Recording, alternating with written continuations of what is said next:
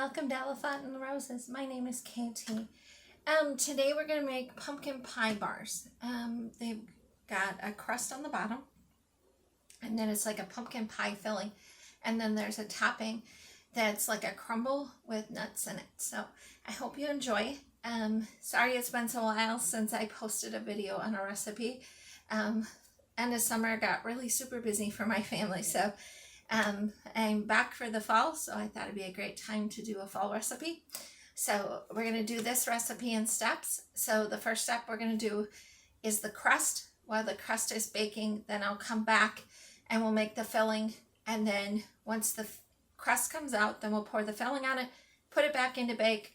I'll take a pause to set everything up for the topping, and then once the filling step is complete and I pull it out of the oven, I'll come back, show you how to put the crumble on top, and then we'll put it back in the oven. So there's 3 steps to this bar. It's kind of like my lemon bars where there's 2 steps, but this one's got an added step because we want to put that really cool topping on top. So I hope you enjoy this recipe. Please leave me a like. So for the crust, we're going to need half a cup of butter, which is 1 whole stick, and you want it room temperature, so you want it squishy like this. You don't want it too melted because otherwise it's not going to work.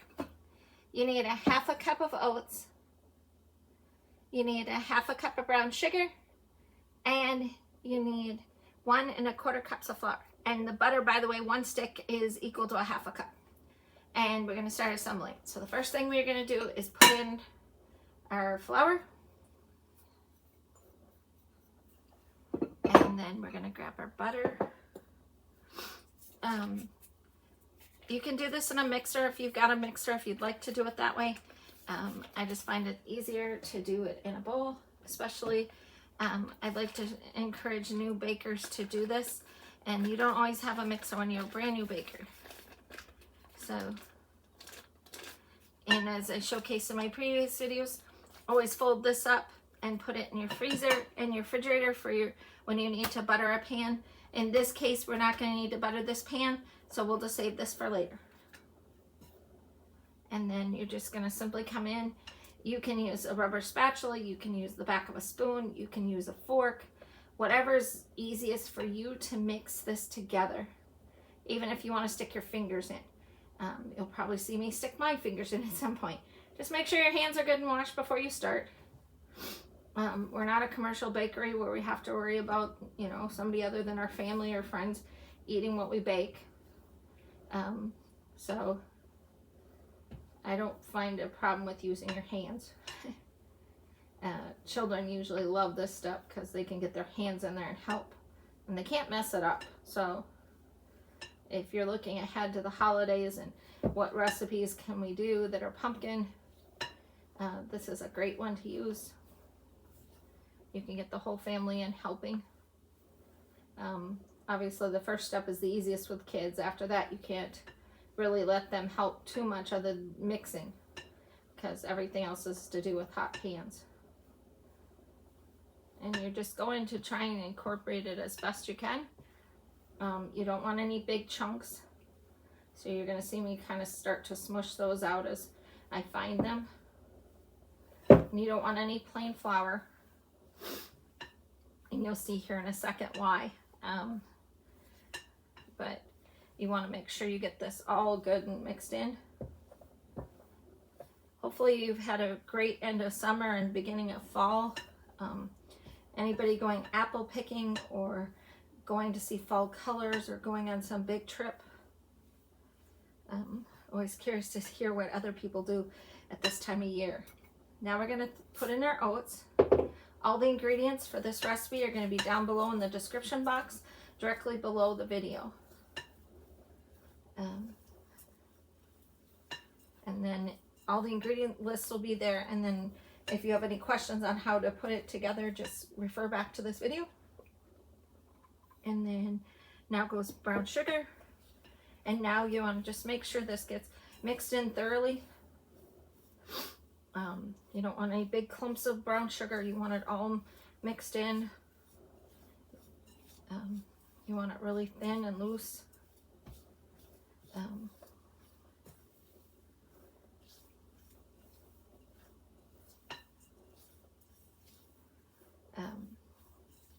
any plans for the fall would be cool to hear about. I'm hoping to go see fall colors. It's still very, very warm in the Northeast right now, so very few trees have started turning. I thought they'd be turned by now, but they haven't done that yet. We've had unusually warm weather this fall.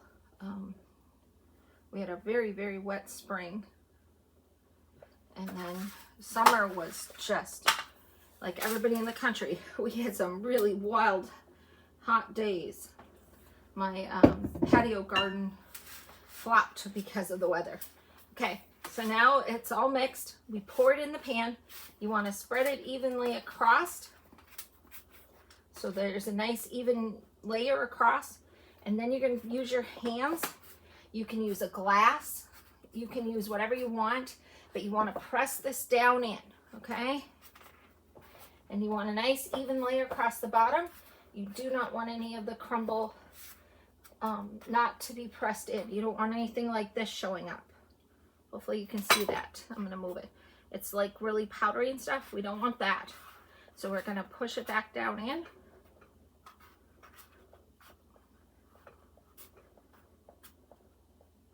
And if you find like big clumps of brown sugar like this, just break it up and spread it back in, okay? Okay. Now you're gonna put this mixture in your oven on 350 degrees for 10 minutes. And then we'll come back after I get this in the oven and I'll show you how to do the next step, which is the filling part. So I will see you in a couple minutes. The filling is, you're gonna need 1 whole can of pumpkin, or 1 3/4 to 2 cups if you're roasting the pumpkin yourself. It's really not set in stone. If you go the full 2 cups, you'll get a little bit more pumpkin flavor. If you do the 1 3/4, you'll end up with more the canned pumpkin flavor. So just play it by ear, whichever is most affordable. If you're gonna make it from scratch, sugar pumpkins are those little tiny pie pumpkins. They're sometimes called pie pumpkins, sometimes called a sugar pumpkin. They're about this big around. And you're gonna cut them in half, and then you're gonna just put them, scoop all the guts out of them, put them cut side down on parchment paper, and put them in the oven and roast them. If you look online, you'll find directions on how to do that. And then you can peel the skin off and then use the pumpkin puree. You just puree it in the blender. And you've got the same thing as canned pumpkin. Right now in my area of the Northeast, the sugar pumpkins, pie pumpkins, they're called the same thing, but they're the little tiny guys. They're almost $5 a piece. So it's more economical to go with a can of pumpkin. So that's what we're gonna do. So to this, we're gonna add in, this is more of my recipe, so warning if you haven't watched one of my previous videos. So you can use 6 tablespoons of honey, which is what I'm using, or 3/4 of a cup of white sugar. You pick which one you like better. I prefer honey because it tastes, I think I can bring out the taste of the pumpkin more, and I like the taste of the pumpkin. But if it is not in your budget and you do not have honey in your house, just put the white sugar. It's just as good. Everybody's gonna devour these bars so fast, you'll be amazed, which always makes you feel good. And then I'm gonna mix that in good with my pumpkin. And then I'm different because I'm gonna add my spices in now, okay? And in this mixture that's been pre-mixed is 2 teaspoons of cinnamon, 1 teaspoon ginger, 1/2 teaspoon nutmeg, and 1/4 teaspoon of cloves. And again, the ingredients list will be down below this video in the description box, okay?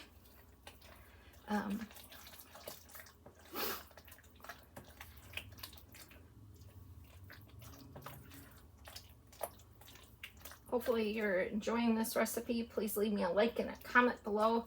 It really will help the channel algorithm, but also help me for knowing what you want to watch in future videos, okay? Now I'm going to swap this quickly. I was raised on a farm, as I've explained before, so eggs always get broken in a separate bowl. It also helps me keep track of the eggshells. So 1 egg, and then the second egg. And there's a perfect example of why you always crack it in a separate bowl. Lately, for whatever reason, I've been buying my eggs at the store, and the eggshells are just not the greatest. They keep breaking into the recipes I'm making. So I end up having to fish out a lot of eggshells lately. And not sure what's going on with the eggshells. It's kind of strange. But another reason why you want to crack it in a separate bowl. Just make sure you don't end up with that eggshell in your recipe, and you have to try and fish it out. And sometimes it's almost impossible to see it if you crack an egg directly into the recipe. And there's nothing worse than you miss one, and then you serve it to friends, family, etc., and they find an eggshell in theirs. That always happens. So I'm always one to play it safe, and let's just crack them in a separate bowl. Okay, so now we're going to add in 1 cup of heavy cream. You can substitute in whole milk if you don't have cream, but I like the flavor of the heavy whipping cream. I think it adds a really cool flavor. It really helps pop that pumpkin flavor, especially if I'm using canned pumpkin. Yeah, I really like doing it like this. So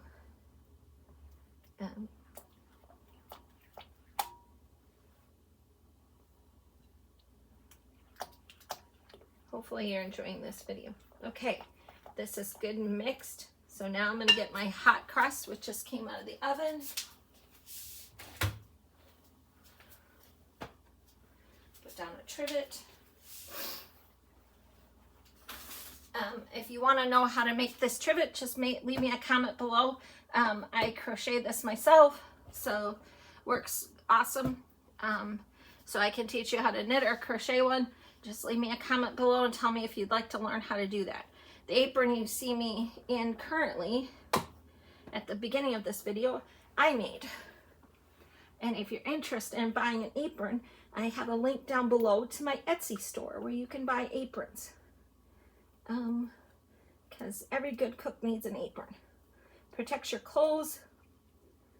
And if you have an oops in the kitchen and something spills, you're not going to wreck your good clothes. They come in handy. Mine has really super deep pockets, so it's a perfect place to put my phone when it's not recording videos. Otherwise, I'd show you exactly how big these pockets are in relation to a phone. And then you just want to spread this really flat, as flat as you can.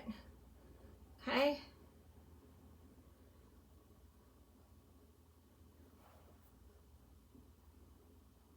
And now we're going to pop this one back in the oven, and we're going to put the filling in, and we're going to bake it for another 20 minutes on 350 degrees. I'm going to clean this up quick, and then I'll come back and I will show you how to do the next step, which is making the topping so that when the 20 minutes are up, we can sprinkle the topping on, and then it's in the final bake. So I will be back momentarily, and we will start making the topping while this bakes.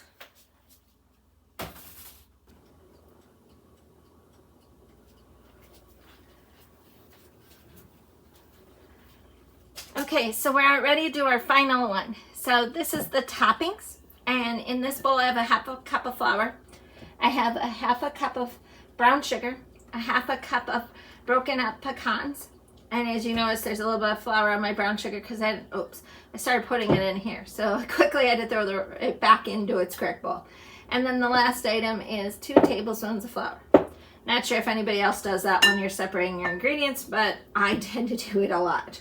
Where I'm thinking of something else, looking at the ingredients and going, just blitzing out. So I'm sure other people have those moments too. So if you do, no big deal. My butter is still a little bit hard. It's not quite as soft as I normally like it, but that's okay. I'll just use my fingers and warm it up a little bit. and we're gonna just mix the flour and the butter together, and you're gonna mix them well.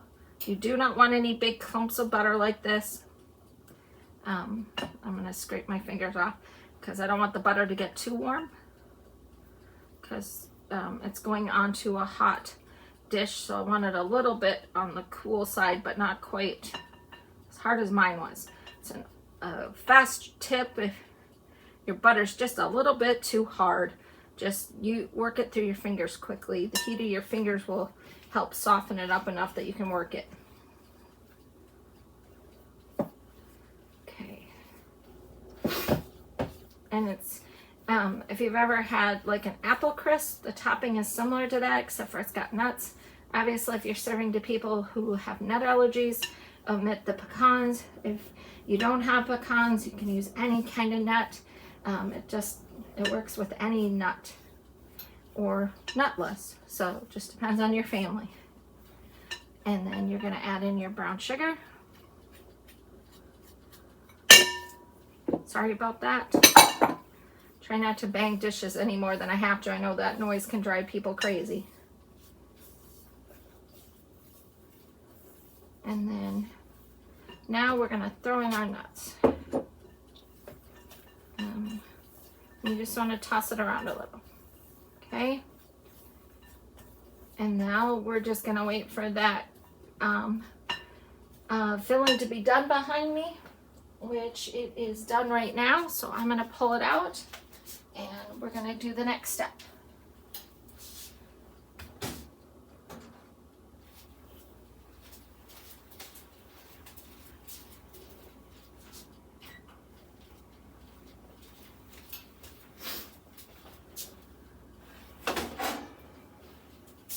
Okay, so your bars will look a little jiggly, like jello, and that's okay.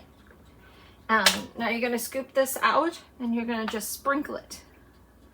Make sure that you get everything spread out. You don't want too much in one spot. And you want to make sure that you just get a nice even coating across that filling.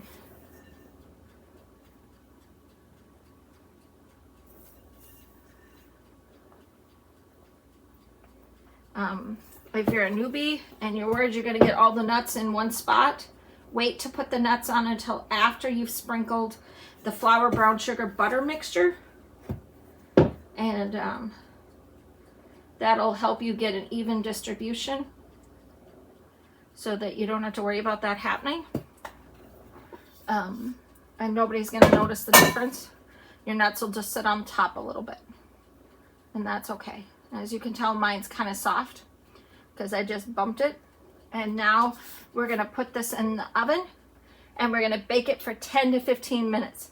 And remember, in one of my previous videos, you're going to stick a toothpick or a fork or something in to test it. And you want it just sticking to that utensil, and pull it out and let it cool. It'll finish baking on its own.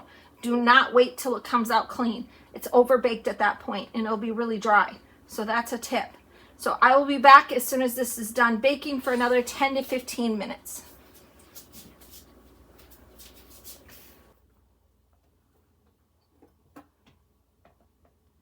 Okay, so the bars are in the oven.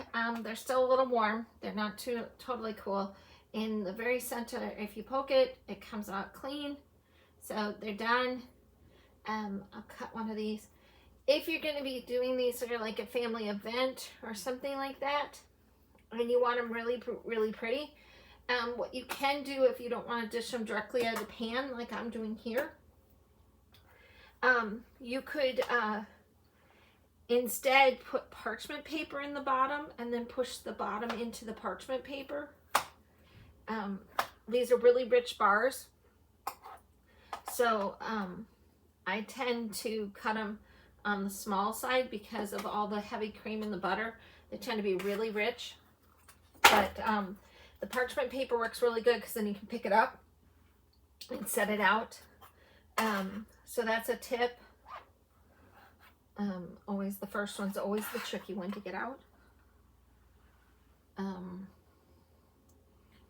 As you can tell, I lost part of the crust. So I'll put that there. So the bars are really soft. You get this really nice color on the side, and I'll pull it up this way. And you can see the filling. They're really soft. They're really moist. You get a little bit of crumble on your fingers, so I always serve them with forks. I really like this recipe. I think it's great for when you've got company. It's an easy thing to do. It's just all the steps, which make it a little bit more complicated, but then the end result is really nice. And these are pumpkin pie bars, and I hope you enjoyed this recipe. It was lots of fun to show you how to make my pumpkin pie bars. Hopefully you enjoy them for the holidays. Again, that final step is 10 to 15 minutes, and that all depends on a hot or a cold oven. And you know, if you have a hot oven, because everything gets baked really fast, so that's when you want to start being very careful of the 10-minute mark. If your oven takes forever to cook things, start watching them at the 15-minute mark. The recipe is really versatile. I'm going to leave the ingredient list down below. And it was great to see you this time around. I hope you're enjoying these recipes. Again, if you're interested in aprons, please check out my Etsy store. If you're wondering about my top, I talk about that in a previous video. I crocheted it myself, so hopefully you enjoyed all the content I've been putting out. Please definitely leave me a like and a comment below and let me know what you'd like to see next. I'm always glad to put those videos out. It was great to see you again, and I hope to see you again soon. Please leave me a like and a comment and subscribe down below. It was wonderful to see you. Bye.